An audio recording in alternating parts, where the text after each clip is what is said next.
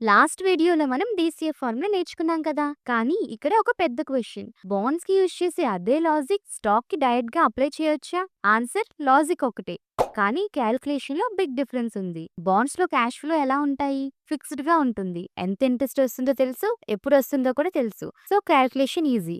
కానీ ఈక్విటీలో cash flows uncertain గా ఉంటాయి. ఈ ఇయర్ ప్రాఫిట్ రావచ్చు, నెక్స్ట్ ఇయర్ లాస్ రావచ్చు, గ్రోత్ పెరగచ్చు లేదా స్లో అవ్వచ్చు. సో ఇక్కడ గ్యారంటీ లేదు, మనం ఎస్టిమేట్ మాత్రమే చేస్తాం. ఇప్పుడు మెయిన్ లాజిక్ ఏంటంటే, స్టాక్స్ లో మనకి మనీ ఎలా వస్తుంది? 2 ways లో వస్తుంది. One is dividend, second one is future లో సెల్ చేసినప్పుడు మనకి ప్రైస్. అంటే ఫ్యూచర్ లో వచ్చే డివిడెండ్స్ ప్లస్ సెల్లింగ్ ప్రైస్ ని ఇవాళ వాల్యూకి కన్వర్ట్ చేస్తాం.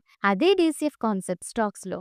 సింపుల్ గా గుర్తుపెట్టుకోండి, బాండ్స్ లో ఇంట్రెస్ట్ ఫిక్స్, స్టాక్స్ లో ప్రాఫిట్స్ గెస్ చేయాలి. అందుకే ఈక్విటీ వాల్యుయేషన్ లో రిస్క్ ఎక్కువ ఉంటుంది. సో ఫైనల్ గా లాజిక్ సేమ్, కానీ సెర్టెనిటీ బాండ్స్ లో ఉంటుంది, అన్సర్టెనిటీ స్టాక్స్ లో ఉంటుంది. నెక్స్ట్ వీడియోలో కంపెనీ ఫ్రీ క్యాష్ ఫ్లో అంటే ఏంటి సింపుల్ గా చూద్దాం, మిస్ అవ్వకండి. ఈ వీడియో కనుక మీకు నచ్చినట్లయితే like and subscribe to marketers Telugu. నేను సెబీ రిజిస్టర్డ్ అడ్వైజర్ ని కాదు, ఈ వీడియో కేవలం ఎడ్యుకేషన్ పర్పస్ కోసం మాత్రమే. Thank you for watching.